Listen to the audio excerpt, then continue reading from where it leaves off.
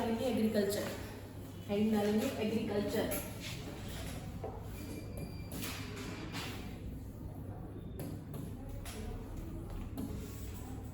थोड़ा सा पहले बेसिक से जानेंगे, उसके बाद आगे मूव करेंगे।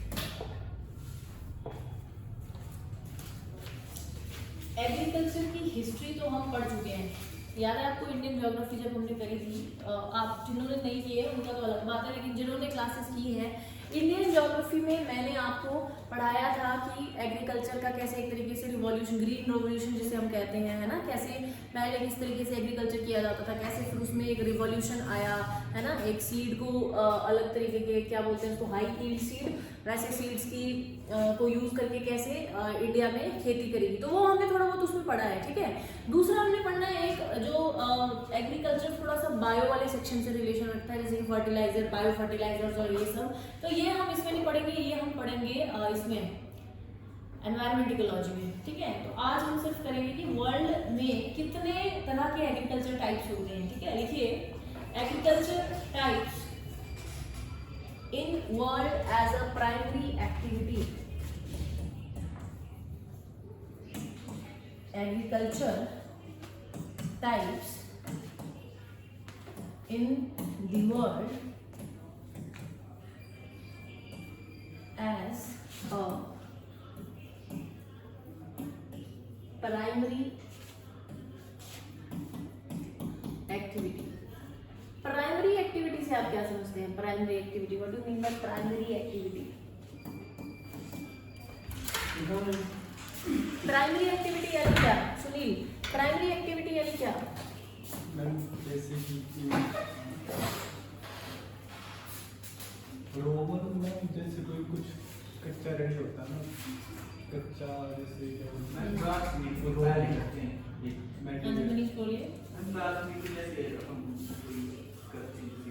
एक तो आप जीते हो ना, फिर उसके बाद मतलब सांस ले रहे हो जीने के लिए, है ना, उसके बाद अपने जीवन का निर्वाह करने के लिए जो सबसे पहली एक्टिविटी आप करते हो ना, ठीक है, खुद के जीने के लिए, चाहे वो एग्रीकल्चर है, चाहे वो हंटिंग एंड गैदरिंग है, चाहे वो पशुपालन है, तो ये सारी की सारी प्राइमरी एक्टिविटीज हुई कि नहीं हुई, है ना। अब जॉब्स के ये सेक्टर बन चुके हैं, लेकिन अगर ऐसे सेक्टर्स ना होते तो क्या करते आप जीने के लिए? या तो किसी पशु को मार के खाते, है ना, या तो एग्रीकल्चर करते, ऐसा कुछ करते ना कुछ तो ऐसा करते, तो वो आपकी प्राइमरी एक्टिविटी होती। अगर आप हंटिंग गैदरिंग करते तब भी वो आपकी प्राइमरी एक्टिविटी थी, अगर आप एग्रीकल्चर करते वो तब भी आपकी क्या थी? प्राइमरी एक्टिविटी थी, और अगर आप पशुपालन करते हो वो भी आपकी प्राइमरी एक्टिविटी होती है। मतलब जीवन को जीने के लिए जो आप सबसे पहला कार्य करते हो वो क्या कहलाती है? आपकी प्राइमरी एक्टिविटी, ठीक है। तो मैं ये कहने की कोशिश कर रही हूँ कि दुनिया में कहाँ कहाँ किस किस तरह की खेती होती है, ठीक है। अब खेती हर जगह एक तरह की तो हो नहीं सकती है ना, डिपेंड करता है कि कैसा वहाँ की क्लाइमेटिक कंडीशंस है ना, कैसा वहाँ का सॉइल है और किस तरीके की हवाएं और ये सब चलता है वहाँ पे, ठीक है। सॉइल, फर्टिलाइजर या वहाँ पे कैसे तरीके की मॉडर्न टेक्निक सब तक डेवलप हो चुकी है या नहीं हो चुकी है, ठीक है, वो सब डिपेंड करता है। तो इंडिया में अगर खेती होती है तो पूरे इंडिया में एक जैसी खेती भी नहीं होती है, नॉर्थ में अलग होती है तो साउथ में कुछ अलग तरह की होती है। डिपेंड करता है वहाँ का क्लाइमेट कैसा है और डिपेंड करता है वहाँ का सॉइल कैसा है, तो अलग अलग जगह पे अलग अलग तरह की खेती होगी, ठीक है। आजकल तो खैर काफी मॉडर्न टेक्निक्स आ गई है, लेकिन अगर हम बिल्कुल पहले जाएं, ठीक है, तो वहां से हम स्टार्ट करेंगे बेसिकली। तो ये लिख लिया आपने agriculture types in the world, ठीक है। अब अगर मैं आपको बताना चाहूँ कि अगर मैं थोड़ा सा एंशियंट टाइम की बात करूँ, आज से 100-200 साल पहले या थोड़े ज़्यादा साल पहले, 100-200 से भी ज़्यादा साल पहले, तो लोगों के पास काफ़ी ज़मीन हुआ करती थी, है ना। हो सकता है एक आदमी के पास 100 एकड़ होता, 100 एकड़ होता, है ना। जैसे जैसे आगे बढ़ते गए वैसे वैसे पॉपुलेशन भी इंक्रीज होती गई, है ना। पहले अगर 4 भाई थे, उन चारों के पास अगर 100 एकड़ आता था, फिर उन 4 भाइयों के आगे 4 बच्चे हो गए, वो 100 एकड़ क्या हो गया? डिवाइड हो गया उनमें। उन 4 भाइयों के बच्चों में आगे फिर और 4-5 बच्चे हो गए, तो आगे डिवाइड होता गया, ये सब डिवाइड होता गया। तो यानी कि पहले जिस लेवल पे एक तरीके से लैंड प्रेजेंट होता था लोगों के पास, आज उतने लेवल पे नहीं है। अगर इंडिया की मैं बात करूँ तो इंडिया की क्योंकि इंडिया में पॉपुलेशन भी तो ज़्यादा है, लैंड कम है और पॉपुलेशन ज़्यादा है। इसके अलावा अगर आप यूरोप में देखोगे, अमेरिका में देखोगे, यहाँ पे लैंड ज़्यादा है लेकिन पॉपुलेशन कम है। तो यहाँ जैसे जगहों पे फिर भी काफ़ी लैंड हो सकता है लोगों के पास, लेकिन इंडिया में अभी उतना लैंड नहीं है। तो जो 100 एकड़ वाली जिसके पास ज़मीन होगी, फॉर एग्जाम्पल किसी फॉरेन कंट्री में है, तो ये कमर्शियल लेवल पे खेती कर पाएगा। समझ रहे हो?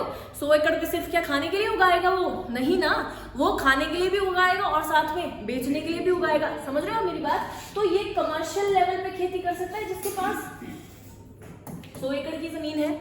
समझ रहे हो मेरी बात? जिसके पास इतनी सारी जमीन है वो कमर्शियल लेवल पे करेगा। अब जिसके पास, बेचारे के पास, कोई इंडिया में रह रहा है 1 ही एकड़ है, अब ये खाने के लिए यहाँ पे कुछ बोएगा या बेचने के लिए बोएगा, यानी कि ये सब्सिस्टेंस लेवल पे करेगा, ये कमर्शियल लेवल पे हुई और ये सब्सिस्टेंस लेवल पर। सब्सिस्टेंस लेवल पर मतलब निर्वाह कृषि बोलेंगे इसे, सब्सिस्टेंस लेवल ऑफ एग्रीकल्चर, निर्वाह कृषि। ठीक है, जैसे आप लोगों के ही जैसे फादर हैं तो उनके पास इतना ज़्यादा तो है नहीं कि खान काफ़ी लगती है, गेहूं काफ़ी निकलता है, काफ़ी मक्का निकलता है और फिर वो काफ़ी बेच के काफ़ी पैसे भी कमाते हैं, ऐसा तो नहीं होता ना। ठीक है, अपने खाने लायक ही उगा पाते हैं, है ना, या थोड़ा बहुत हो सकता है कि आगे के लिए भी स्टॉक करके रख सकें। अब ऐसे एग्जाम्पल मत लेना कि हमारे बहुत मटर निकलते हैं, हमारे बहुत राजमा निकलते हैं, 2 लाख रुपए की खेती करते हैं हम, ऐसा होता है, लेकिन वो अलग बात कर रही हूँ मैं। इतना भी हाई लेवल का कमर्शियल बिजनेस नहीं है वो। ठीक है, समझ रहे हो मेरी बात? तो ये बात आपको समझ आई, सब्सिस्टेंस लेवल और कमर्शियल लेवल। आज हमने कुछ टर्मिनोलॉजी ही समझनी है कि कमर्शियल लेवल पे खेती यानी कि कैसी और सब्सिस्टेंस लेवल पे कैसी। कमर्शियल लेवल को हिंदी में क्या ही कहते हैं? कमर्शियल को हिंदी में वैसे वाणिज्य कहा जाता है, वाणिज्य ना। ये क्लियर हुआ आपको?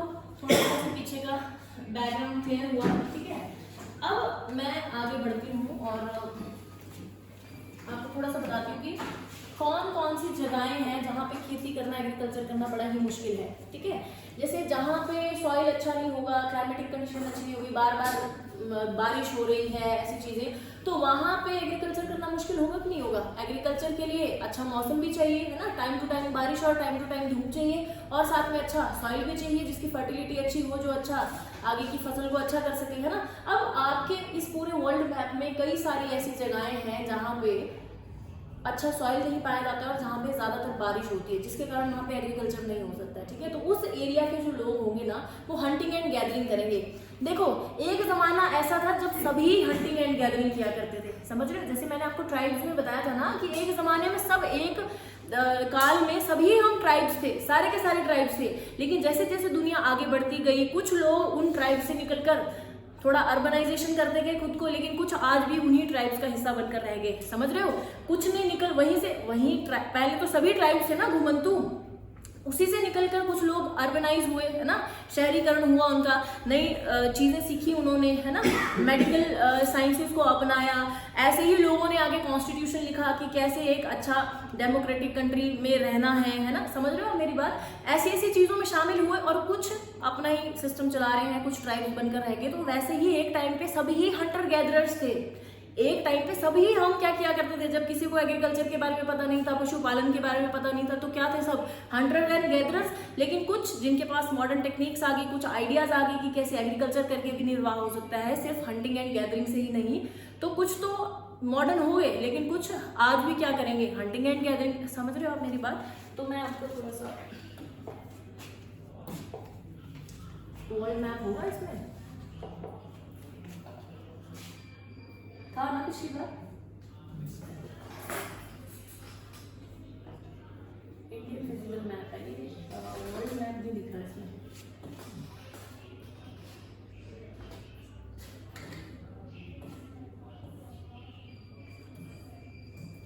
वर्ल्ड मैप कहाँ था भाई?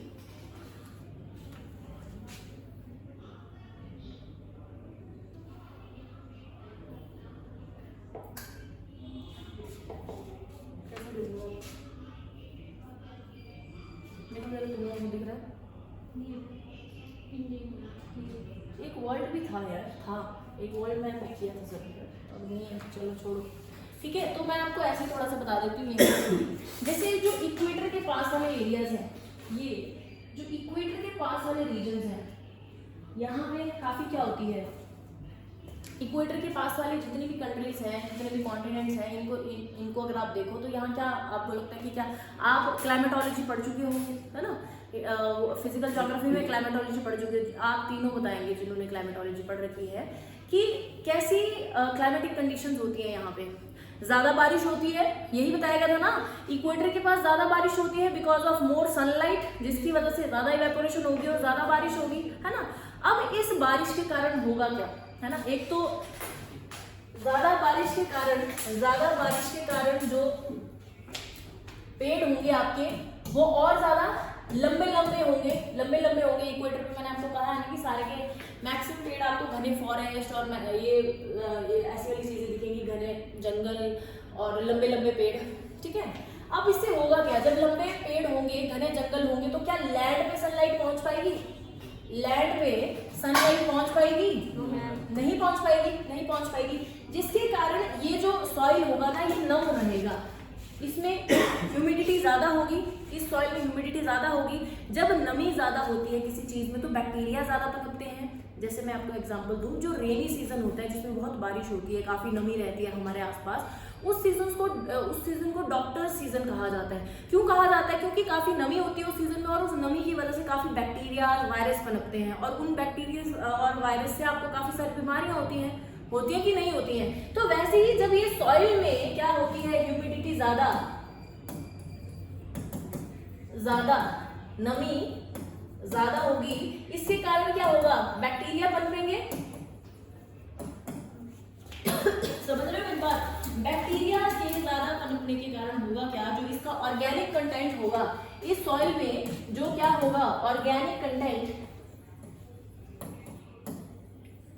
उस सारे ऑर्गेनिक कंटेंट को कौन खा जाएगा, बैक्टीरिया, जिसके कारण इस सॉइल की फर्टिलिटी खत्म हो जाएगी, है ना। अब ये अगर आपको पूछा जाए कि इक्वेटर पे पाया जाने वाला सॉइल जो है वो ज्यादा फर्टाइल है या कम फर्टाइल है, सुनील को नींद आ रही है, ज्यादा फर्टाइल है या कम फर्टाइल है सुनील? इक्वेटर पे कम फर्टाइल है। एक तो इतनी बारिश हो रही है, ऑर्गेनिक कंटेंट मैक्सिमम बहेगा, ठीक है, एक तो बहेगा, दूसरा बाकी का बचा हुआ जो होगा वो उस नमी के कारण बैक्टीरिया खा जाएंगे। समझ रहे हो मेरी बात, मैं क्या बोलने की कोशिश कर रही हूँ? समझ रहे हो?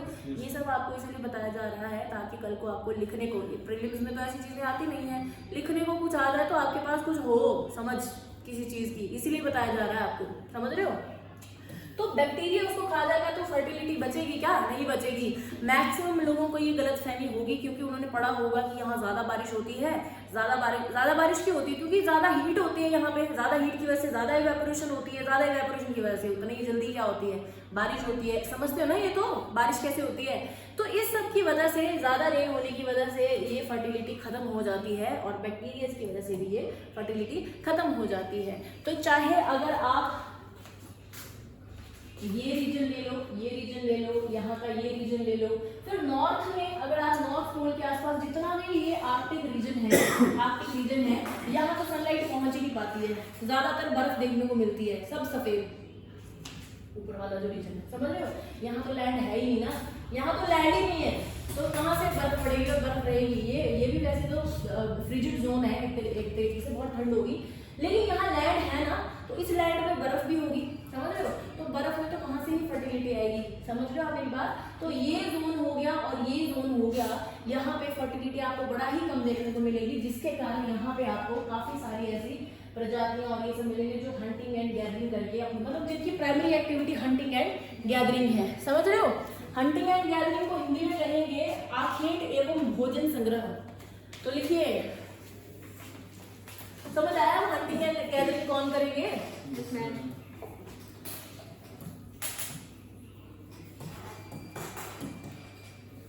हंटिंग एंड गैदरिंग,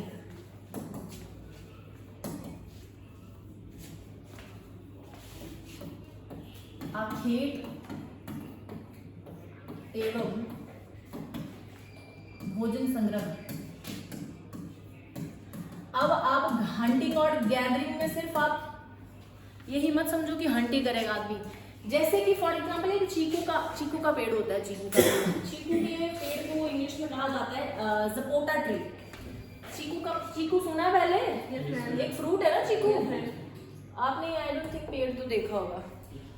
देखा पेड़? चीकू का पेड़ देखा? कहाँ पे? फोटो पे देखा? चलो ठीक है। एक चीकू का जिसे जपोटा ट्री कहा जाता है, जपोटा ट्री।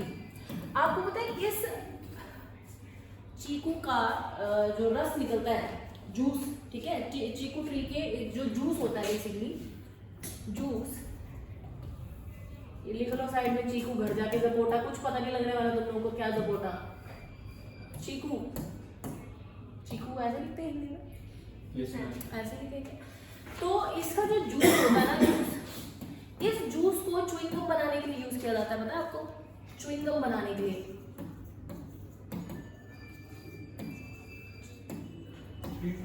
कौन सा? कोई भी च्युइंग गम, जैसे च्युइंग गम में इलास्टिसिटी होती है ना, टॉफी की तरह वो खत्म तो नहीं होता है ना, चबाते रहते हो आप उसको। तो आपको पता है ये च्युइंग गम, ये इसका जो जूस होता है ना, इसका रस जो होता है, उसको अगर उसके साथ अगर आपको हाथ लग जाएगा ना, तो इतना क्या कहते हैं उसको, हाईली इंटेंसिव चिपचिपा होगा ना वो, कि फेविकोल फेल है इनके आगे, ठीक है? बहुत वो अलग ट्री है जो तुम सोच रहे हो उनसे रबड़ बनती है, जो मुझे पता था यही सोचने वाले, वो रबड़ के लिए होते हैं, वो रबड़ के लिए है। ये ट्री अलग अलग ट्री का अलग अलग होगा ना, ठीक है? चील के उसके साथ जो लगा के जाते हैं वो नहीं है, ठीक है? उनसे भी बनता है वैसे तो, ये गोंद गोंद जो भी होता है ना, गम बनती है उनसे भी, लेकिन च्युइंग गम नहीं बनती है ना। और इसके काफी क्या कहते हैं उसको यार, चिपचिपाहट और ये चिपकने वाली पावर बहुत ज्यादा होती है इसकी, है ना? ठीक है, समझे मेरी बात? तो ये भी तो हंटिंग एंड गैदरिंग में आएगा, समझ रहे हो? जहां पे लोग कृषि नहीं कर पा रहे हैं क्लाइमेटिक कंडीशन की वजह से, सोइल की इनफर्टिलिटी की वजह से, है ना, तो वहां पे पेड़ तो है ना, पेड़ तो है। पेड़ होने का मतलब ये नहीं है कि वो सॉइल फर्टाइल है। वो पेड़ किस वजह से है और लंबे लंबे किस वजह से है? मैंने बताया था ना आपको, जब यहाँ पे ज्यादा अमाउंट में सनलाइट पड़ेगी और लैंड पे नहीं पड़ पा रही है, तो जो पूरा जंगल है उनमें आपस में कंपटीशन लगता है, पेड़ों में भी कौन ज्यादा सनलाइट लेगा। तो ऐसे करते करते काफी क्या हो जाते हैं, वो ऊंचे हो जाते हैं, ठीक है? और नीचे लेकिन नमी ही रहती है। अब ये बात आपको क्लियर होगी, ठीक है?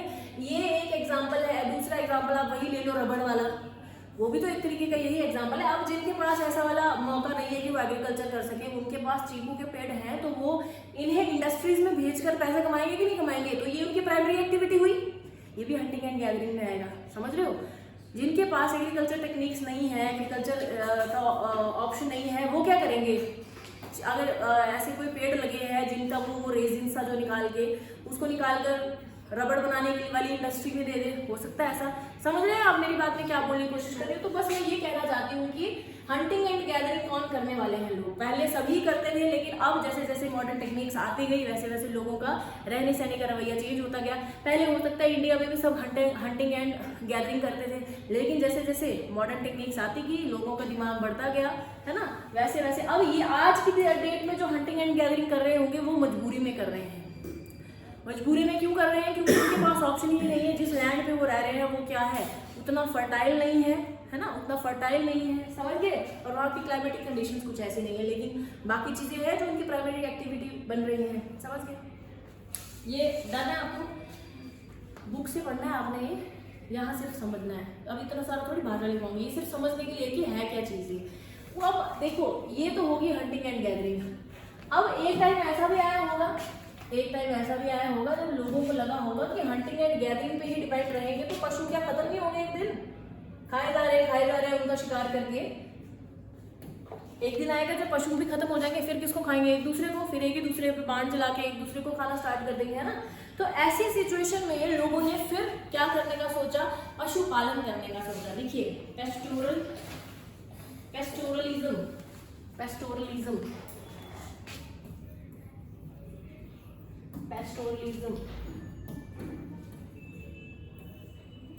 पैस्टोरलिज्म हिंदी में इसे कहा जाता है पशुचारण।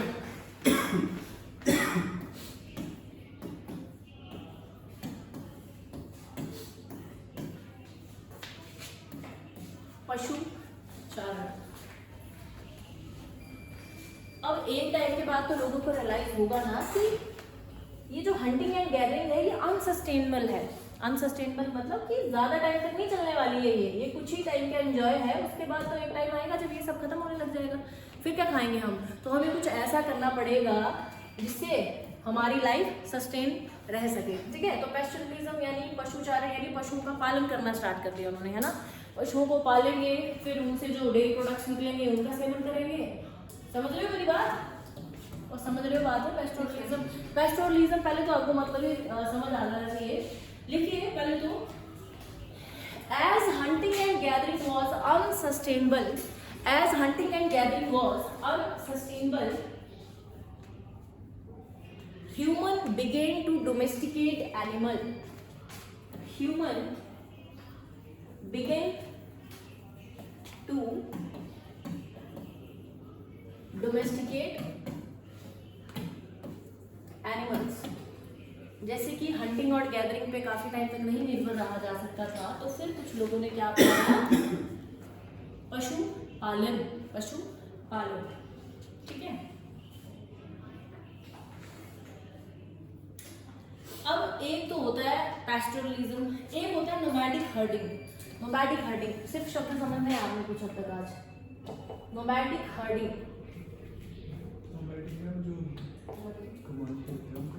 हाँ जी, nomadic herding, nomadic herding Hindi में कहेंगे चलवासी पशुचरण, ये पशुचारण, चलवासी पशु, चलवासी पशुचारण, ठीक है।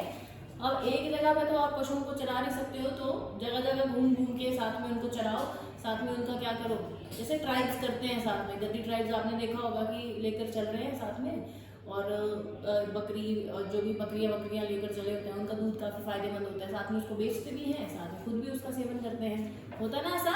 उसी को बोलते हैं नोमैडिक हर्डिंग। नोमैड्स होते हैं घुमंतु बेसिकली, जो एक जगह पे रुकते नहीं है, घूमते रहते हैं। है आप ऐसे भी कोई नोमैड? Yes ma'am. कौन कौन गाँव में? कौन से गाँव से? भरमौर में तो है अभी भी ऐसा। बीपी आप ऐसे देख रहे हो जैसे कोई सेलिब्रिटी नहीं होता कि देखने से रह गया, तो मतलब आप खुद की बात कर रहे हो या जैसे आप के रिलेटिव में है कि अभी भी ऐसा करते हैं जो? हाँ अभी भी करते हैं। गद्दीज आपको अभी भी तो दिखेंगे, सारे गद्दीज ही है ना वो, बहुत सारी होती है ना उनकी वीडियो है। तो आप भी इसी के में आते हो, गद्दी कैटेगरी में आते हो? हाँ तो होता है, ऐसा है। लेकिन आप जब मैंने बताया ना आपको, जो हमने ट्राइब्स पढ़े थे, आप जैसे गद्दी ट्राइब है और या और ट्राइब है, इनके बहुत अच्छे हाल हैं। आप देखा सेंटिनलीज को देखा था आपने, देखा था, फिर उनको देखना था आपने, ये जो ओंजीज, ओंग और ये जो ट्राइब्स है, इनके हाल देखना आप क्या है। इनमें कट्टू नायकन और ये प्रजातियां काफी पिछड़ी है, ठीक है। चलिए लग गया, बताइए क्या है।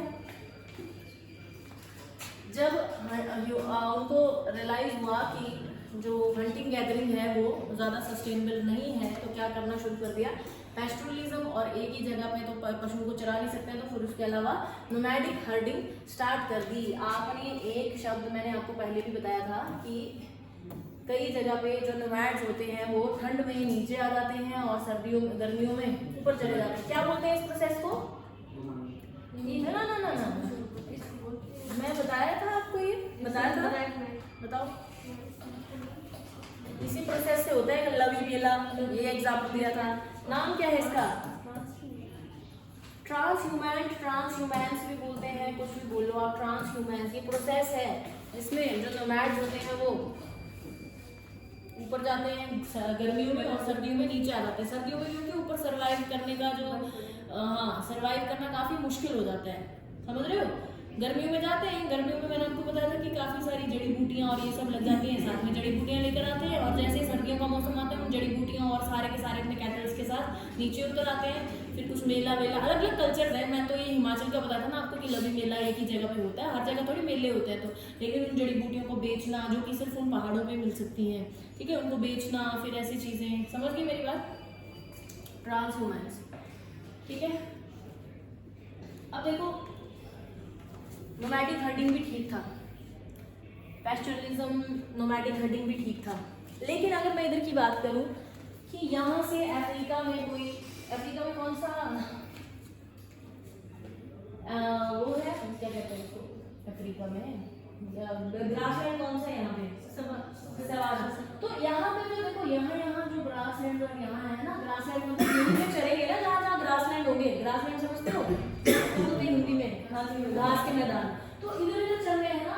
अब एक पहले तो देश थे नहीं, अलग कॉन्टिनेंट थे, तो यहाँ पे चढ़ावा होता होता यहाँ जा रहा है, उतना तो नहीं, चल के यहाँ जा रहा है, यहाँ पाकिस्तान का इंडिया आ रहा है, इंडिया का पाकिस्तान से अफगानिस्तान होते हुए इधर चाइना जाएगा। आज ऐसा हो सकता है कि दो लोग आपस में लड़ रहे हैं, इंडिया और पाकिस्तान, लेकिन चरवाहे चले हुए हैं अपने को लेकर, कैटल्स लेकर, है ना, कि तुम लड़ो। आज कर देते हैं क्या ऐसी एंट्री कि पाकिस्तान के चरवाहे इंडिया में आ जाए, है ना। ये तो फिर इंडिया थोड़ी क्या कहते हैं उसको, पीसफुल कंट्री है। यहाँ देखो आपने, यहाँ से इधर जा पाएगा कोई, सीरिया और यहाँ के इजिप्ट के जा रहे हैं कि सीरिया में हम अपने पशुओं को चरा के आते हैं, नहीं हो सकता ना। यानी कि सहारा करे तो ग्रासलैंड नहीं है, तो घूम भी नहीं सकते, कितना तो घूमेंगे, ठीक है। तो उसके बाद एक और कैटेगरी इंट्रोड्यूस होती है इसमें ही, एग्रीकल्चर पैटर्न में लिखेंगे आप, कमर्शियल लाइफ स्टॉक रियरिंग, वाणिज्य पशुधन पालन, कमर्शियल लाइफ स्टॉक।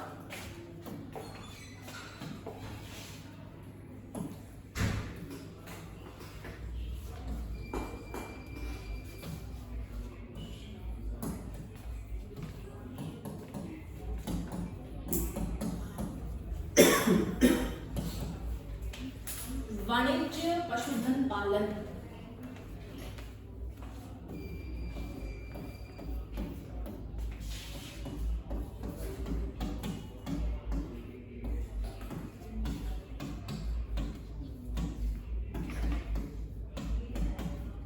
वाणिज्य पशुधन पालन,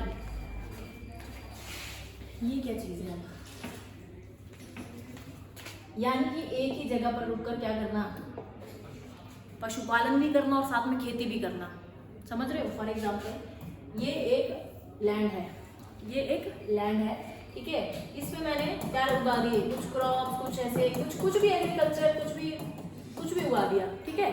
इस चीज को बोला जाता है रेंचिंग। देखो रेंच बेसिकली फार्म के लिए भी वर्ड यूज किया जाता है, फार्म के लिए भी रेंचिंग या रेंच वर्ड फार्म के लिए भी यूज किया जाता है, ठीक है। यानी एक लैंड है मेरे पास, ठीक है। इस लैंड में मैंने कुछ उगा दिया है, कुछ भी फोडर, भूसा कुछ भी उगा दिया, ठीक है। अब मैंने कुछ 10-12 पशु भी, 10-12 तो कम बता रही हूँ, कुछ 50-60 पशु भी पाल लिए हैं, 50-100 कुछ पशु पाल लिए मैंने, है ना।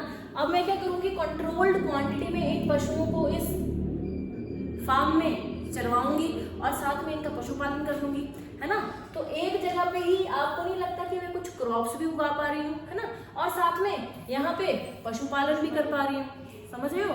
एक ही जगह पे हो पा रहा है, चल पड़ेगा इससे काम, चल पड़ेगा। अब इससे होगा क्या, होगा ये कि जैसे कुछ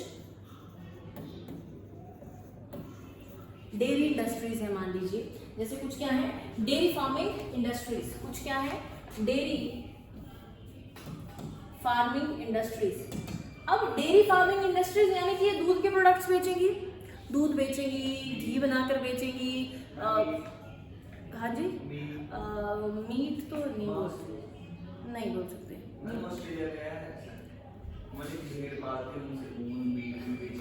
हाँ वो फिर लेकिन अलग इंडस्ट्री होगी, उसको डेयरी फार्मिंग ही बोलेंगे हम। डेयरी फार्मिंग मतलब कि इसमें आप दूध के प्रोडक्ट्स का यूज होगा। अब डेयरी फार्म, जैसे डेयरी वाली इंडस्ट्री खोलनी है, अमूल दूध बनाना है, ये करना है, तो क्या वो अपने भैंसों का तबेला भी खोलेगा और फिर वहां से, इसके लिए इजी नहीं हो जाएगा।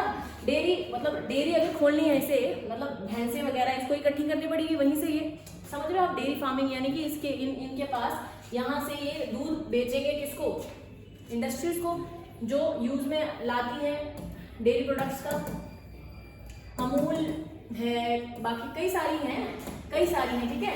अब इसके लिए ये तो टफ नहीं हो जाएगा कि ये क्रॉपिंग भी करे और साथ में क्या करे, बड़े सारे पशुओं की अलग अलग ब्रीड करना, उनकी है ना अलग अलग तरीके की, इसके लिए इजी नहीं होगा कि यहीं से ये इसको अगर 10 चाहिए भैंसे, 20 चाहिए है ना, उन 20 भैंसों को या 40 भैंसों को खरीद के क्या एक तबेला खोल ले, है ना। यहाँ से खरीदने के लिए इजी रहेगा, क्योंकि छोटे से लेकर बड़े तक पालना इसके लिए टफ हो जाएगा ना। इसका काम क्या है, दूध बेचना, दूध बेचना।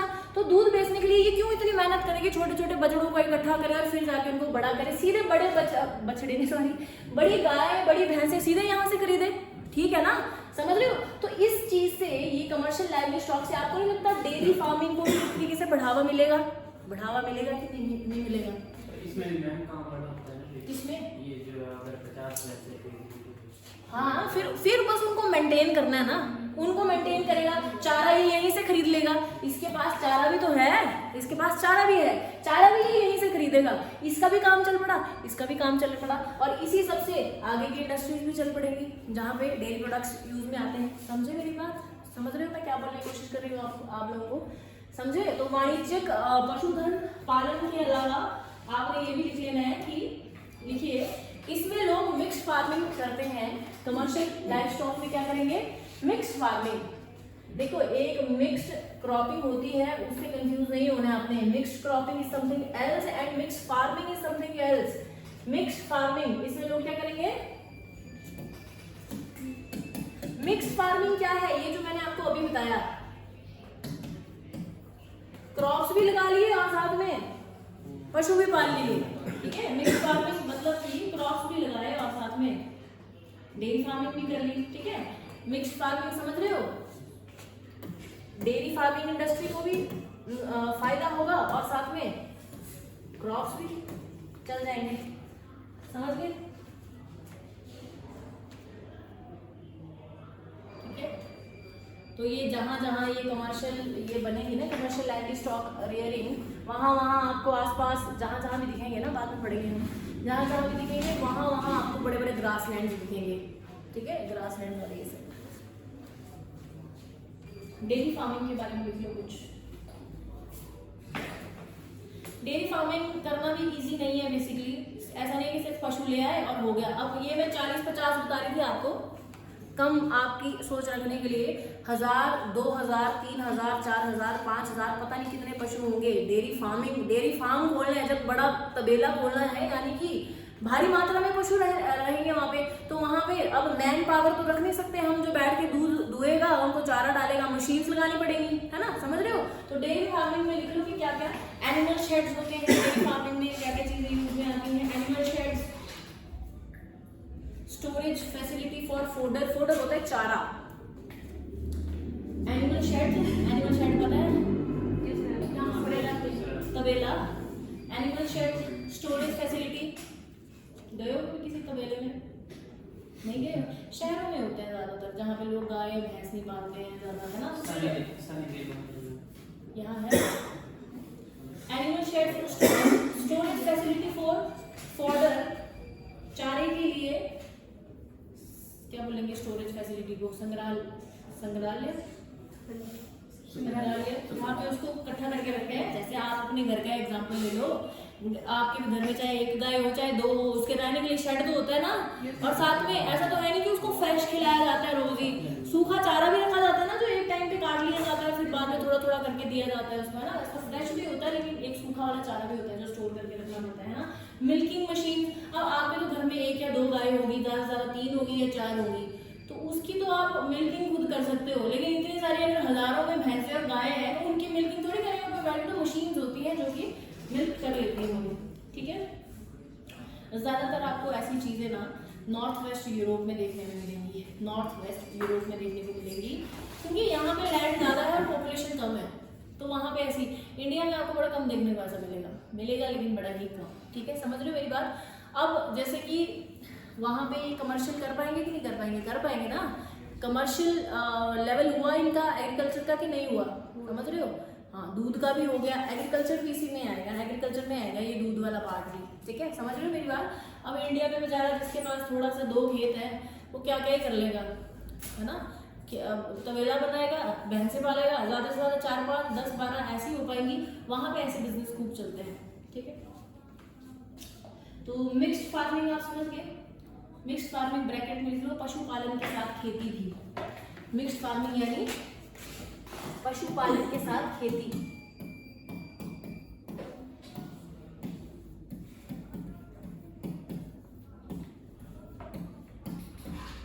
एक मिक्स्ड क्रॉपिंग होती है। क्या होती है मिक्स्ड क्रॉपिंग?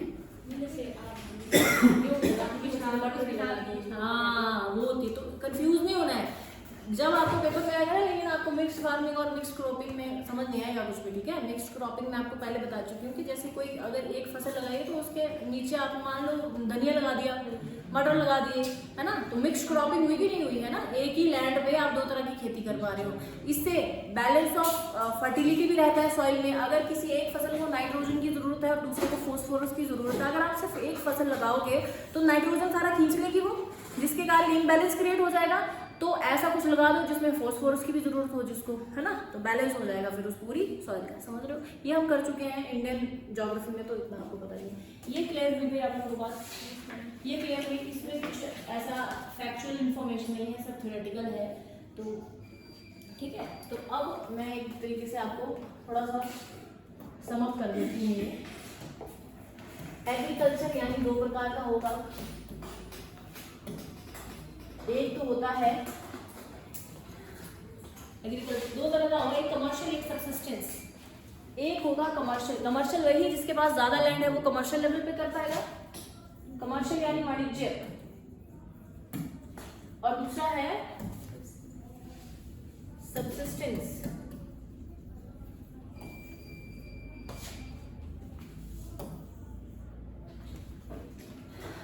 ठीक है। अब सबसिस्टेंस भी 2 तरह की होगी खेती।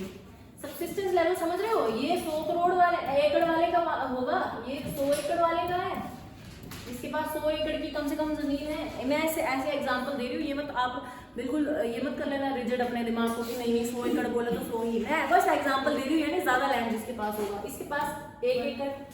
अब 1 एकड़ वाले 2 तरह के होते हैं, मतलब कम लैंड वाले 2 तरह के। एक तो होंगे सबसिस्टेंस लेवल पे 1 एकड़ पे, एक तो होगा सबसिस्टेंस लेवल यानी निर्वाह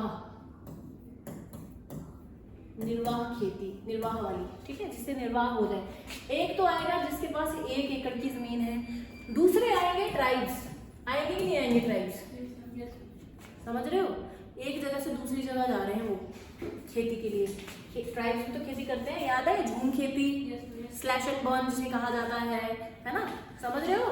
तो ट्राइब्स क्या करते हैं आपको पता ही है कि एक कोई लैंड था, गए यहाँ पे खेती की, कुछ टाइम तक खेती कैसे करेंगे, फॉरेस्ट में चले गए। मान लो एक ट्राइब है ए नाम का, ये इस फॉरेस्ट में गया रहने के लिए, क्योंकि इनका तो काम है इधर उधर घूमना, है ना।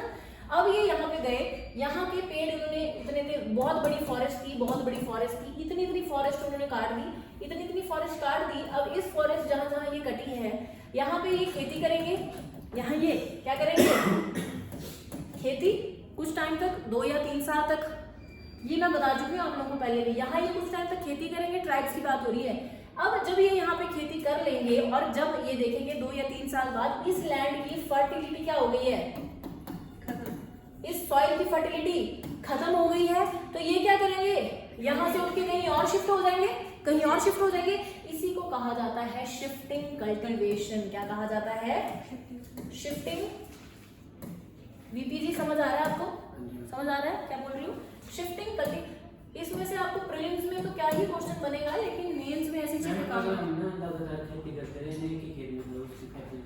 खत्म हो जाती है। अब तो फर्टिलाइजर आ गए, लेकिन ट्राइब्स के पास कहाँ फर्टिलाइजर होंगे? हमारे पास फर्टिलाइजर्स है ना आज के उसमें, जो बैलेंस आउट करता है, उनको फर्टिलाइज करता है, फर्टिलिटी उसकी ठीक कर देता है। समझ रहे हो? फर्टिलाइजर खराब भी होता है, लेकिन हम पढ़ चुके हैं इंडियन ज्योग्राफी में कि कैसे वो सॉइल को खराब भी करते हैं। और अलग अलग तरह के हमने फॉल्ट्स देखे थे कि सॉइल में किस किस तरह के फॉल्ट्स आते हैं अलग अलग कारणों में। पढ़ेंगे हम दोबारा, अब तब आपने क्लास लगाई नहीं इंडियन ज्योग्राफी में। लास्ट वाला हमारे उसका नहीं है काम का, नहीं लगाई थी ना क्लास आपने। शुरू में जब रिवर्स हुई थी, माउंटेन्स हुए थे, तभी लगाई, बाद वाली में लगाई। उसमें पढ़ा है हमने शिफ्टिंग कल्टीवेशन। मैंने आपको नाम लिखाए हैं 4-5 शिफ्टिंग कल्टीवेशन के, 4-5 या 7-8 नाम लिखा है। शिफ्टिंग कल्टीवेशन को स्लैश एंड बर्न भी कहा जाता है। स्लैश एंड काटा, जलाया और गए, ठीक है। स्लैश एंड बर्न भी कहा जाता है। शिफ्टिंग कल्टीवेशन हिंदी में स्थानांतरित कृषि कहलाती है। स्थानांतरित कृषि, स्थानांतरित कृषि, स्लैश एंड बर्न भी कहेंगे। जैसे एक एग्जांपल दूं आपको मैं स्लैश एंड बर्न का, वीपी जी आप थोड़ा सा बताएंगे, ठीक है। स्लैश एंड बर्न का एक एग्जांपल है झूम कल्टीवेशन, झूम खेती, झूम कल्टीवेशन, ये इंडिया में होती है कल्टीवेशन। ये शिफ्टिंग कल्टीवेशन का एक एग्जांपल है। शिफ्टिंग कल्टीवेशन समझते हो ना, अभी बताया मैंने, कोई ट्राइब है ना, जो एक जगह पे फॉरेस्ट को काट के रह रहा है, जब उस एरिया की फॉरेस्ट को काट के वहां पे रह रहा है, वहां खेती कर रहा है, फिर वहां की जब फर्टिलिटी खत्म होगी वो वहां से मूव करेंगे कहीं और, है ना, इसी को ही शिफ्टिंग कल्टीवेशन कहा जा रहा है, स्थानांतरित खेती, ठीक है। झूम खेती आपने सुना तो होगा, मैं नहीं मान सकती कि आपने नाम सुना हो, सुना है ना। झूम खेती कहाँ की जाती है, बिना पीछे देखे कहाँ की जाती है? तुम लोगों को क्या उत्तरी पश्चिम में है? नॉर्थ वेस्ट में, नॉर्थ ईस्ट में, नॉर्थ ईस्ट में ये शिफ्टिंग कल्टीवेशन होती है, जिसे हम झूम कहते हैं। मैक्सिको में इवन होती है, मिल्पा कहते हैं। लिख लो 2-3 एग्जांपल, याद तो कुछ है नहीं आप लोगों को। एक मैक्सिको में भी शिफ्टिंग कल्टीवेशन का नाम है मिल्पा, ये सब लिखवाया मैंने आप लोग को, बट वही बात है फिर, मिल्पा। इंडोनेशिया में लडांग, बहुत सारी लिखाई थी मैंने, मैं ये बस 2-3 एग्जांपल लिखवा रही हूँ।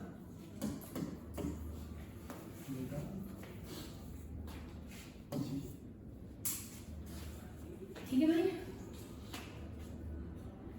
क्लियर है? इतनी बात क्लियर है?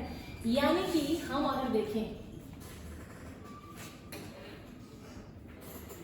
तो मैंने आपको ये बताया कि एग्रीकल्चर मतलब 2 तरह का होगा, एक तो होगा कमर्शियल लेवल पे, एक होगा सब्सिस्टेंस पे। सब्सिस्टेंस पे भी एक वो होगा जो 1 एकड़ की जमीन पे हो रहा है, दूसरा वो होगा जो ट्राइब्स कर रहे हैं, जिसका एग्जांपल है शिफ्टिंग कल्टीवेशन या स्लैश एंड बर्न, समझे। अब इस 1 एकड़ वाली जो हो रही है सब्सिस्टेंस लेवल पे, इसे कहा क्या जाता है? तो देखिए, इसे कहा जाता है इंटेंसिव सब्सिस्टेंस एग्रीकल्चर, गहन निर्वाह कृषि। इंटेंसिव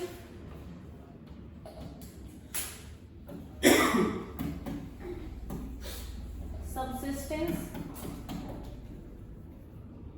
एग्रीकल्चर, हिंदी में कहेंगे गहन निर्वाह कृषि।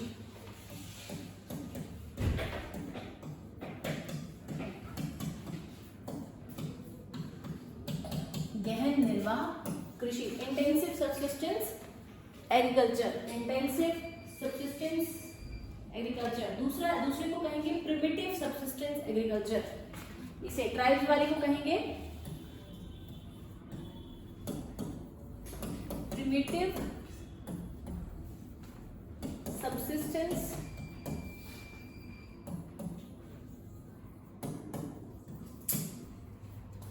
सब्सिस्टेंस एग्रीकल्चर, ठीक है। आदिकालीन निर्वाह कृषि, आदिकालीन निर्वाह कृषि,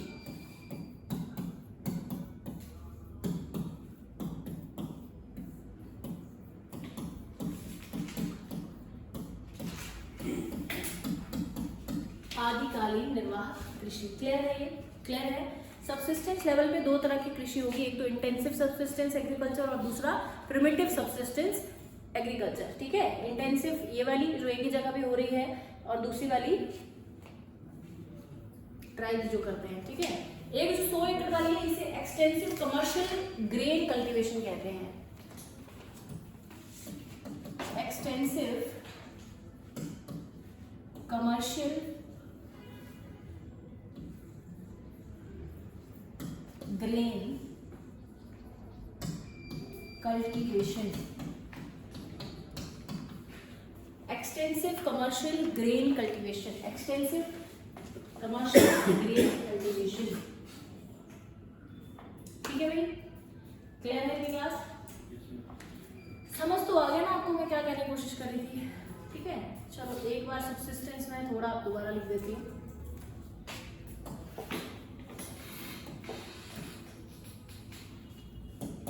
ऐसी खेती जो सबसिस्टेंस लेवल पे होती है वो सबसिस्टेंस एग्रीकल्चर। सबसिस्टेंस यानी कि निर्वाह कृषि। दो तरह की होगी, एक तो एक एकड़ से याद मत रखो, ठीक है। इंटेंसिव सबसिस्टेंस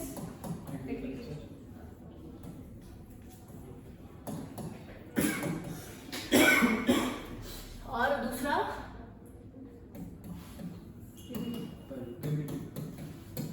प्रिमिटिव, ये वो वाली है जो ट्राइब्स करते हैं। Primitive subsistence agriculture.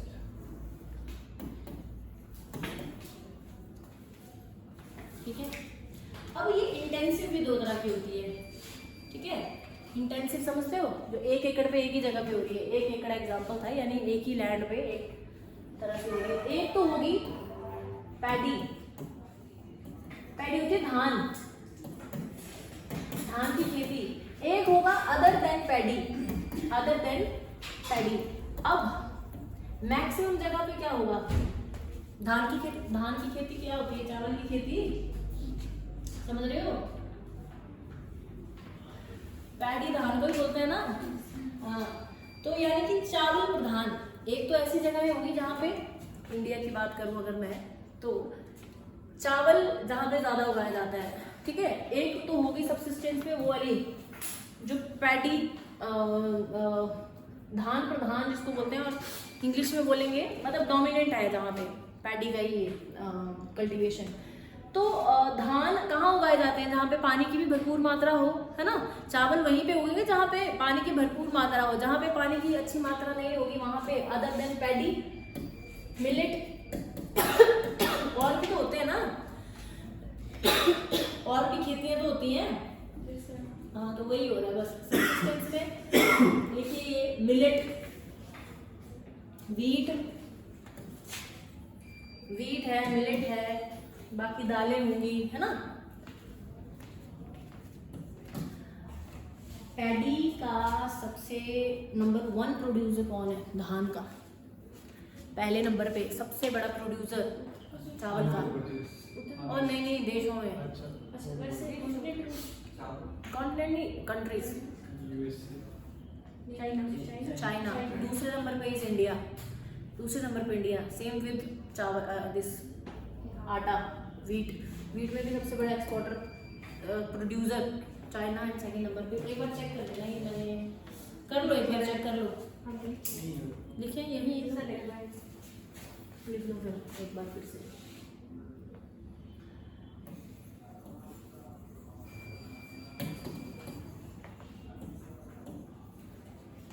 Of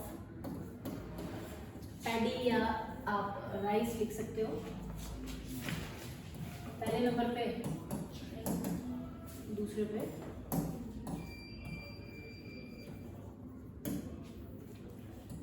largest producer of wheat.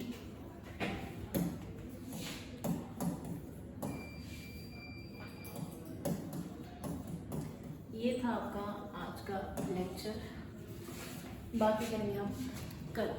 धीरे धीरे और भी बड़ी सारी चीज़ें पढ़ेंगे हम। एग्रीकल्चर पढ़ेंगे, एग्रीकल्चर को ख़त्म करके फिर हम पढ़ेंगे अपना पॉपुलेशन, फिर कुछ है सेटलमेंट वाले पार्ट भी, जो कहाँ गए भाई, इतना ही था।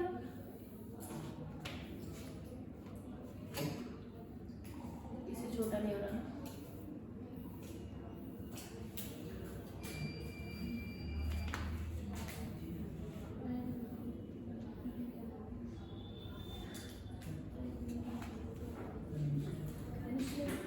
प्रायद्वीपीय पठार को पेनिनसुला कहते हैं। अरे क्या हो रहा है इसको, कितनी जा रहा है ये। पानी कहाँ से, बारिश से यार, नहीं ओशन से तो कैसे आएगा, ओशन से तो कैसे आएगा, हाँ जी ग्लेशियर से आता है, ग्लेशियर से। हाँ ये